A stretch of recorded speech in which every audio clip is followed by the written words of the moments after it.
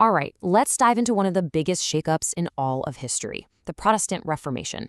And to really get a handle on it, you have to know the lingo, the key words that fueled the debates and honestly ended up changing the world as we know it. So think about this for a second.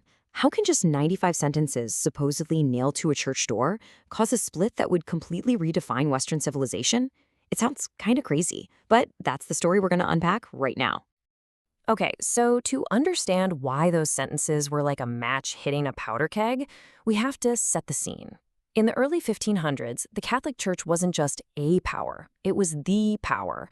Spiritually, politically, it was the center of everyone's world in Europe. But, and this is a big but, things were not as perfect as they seemed. There was a lot of trouble brewing just under the surface.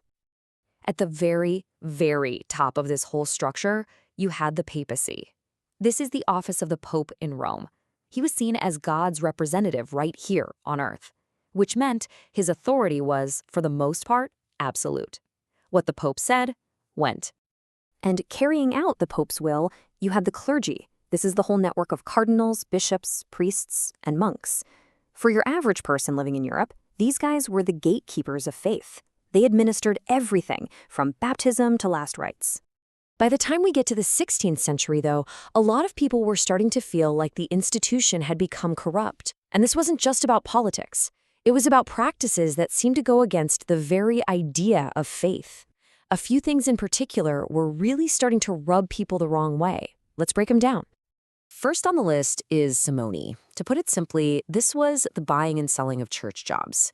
If you had enough money, you could become a bishop. It didn't matter if you were actually qualified or holy. Your wallet did all the talking. Right alongside that, you had nepotism. Church leaders would give powerful positions to their own relatives, their nephews, their cousins. This kept all the power and wealth concentrated in just a few families, while truly devout people were often left out in the cold. Then there was the sale of relics. Now, these were supposed to be sacred items from holy saints, maybe a bone fragment or a piece of their clothing. And while they were meant for reverence, a massive and often fake market had popped up. It was basically exploiting people's faith for profit. But of all of these issues, this was the big one. The practice that really lit the fuse was the sale of indulgences. The church taught that an indulgence could reduce the time a soul spent in purgatory. By the 1500s, they were being sold so aggressively that it looked like you could literally buy your way into heaven. And for a lot of people, that was just a step too far. And this brings us to our challenger. See, the money from all these indulgences was being used to fund a super lavish rebuilding of St. Peter's Basilica in Rome. For one German monk, this was the absolute last straw.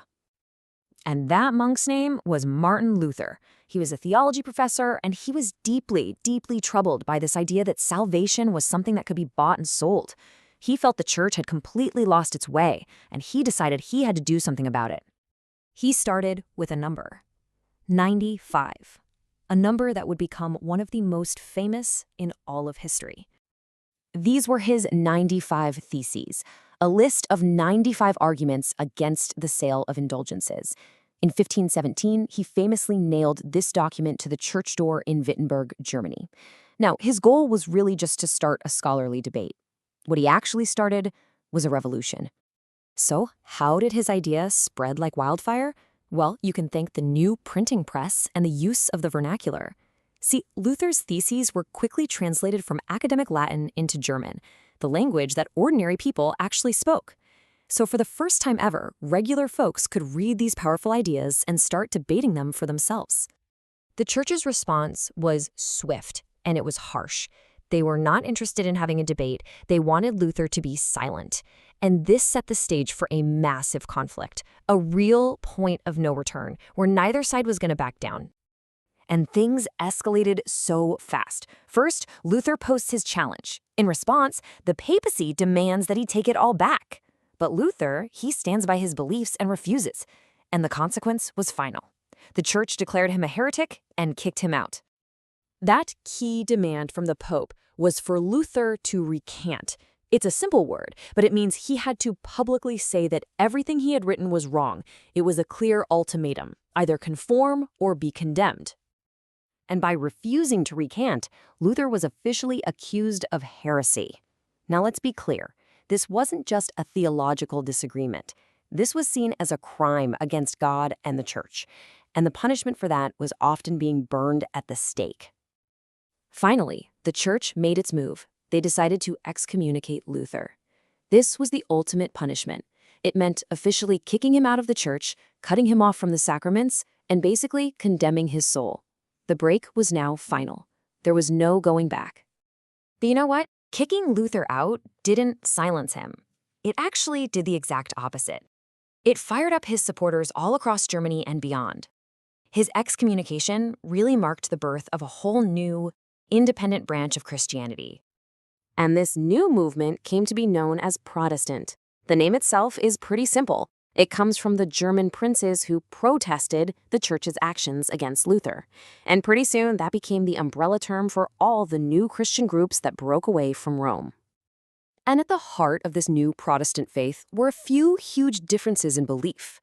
The Catholic Church taught that salvation came from a combination of faith and good works. Protestants argued no, it's by faith alone. The Catholic Church said the Pope is the ultimate authority. Protestants said no, the Bible alone is the ultimate authority. These were absolute game changers. So in the end, those 95 sentences didn't just start a debate. They fractured a religious empire and totally reshaped the world. It really leaves you with a final thought, doesn't it? What powerful ideas, maybe just a few sentences long, are challenging our own status quo today?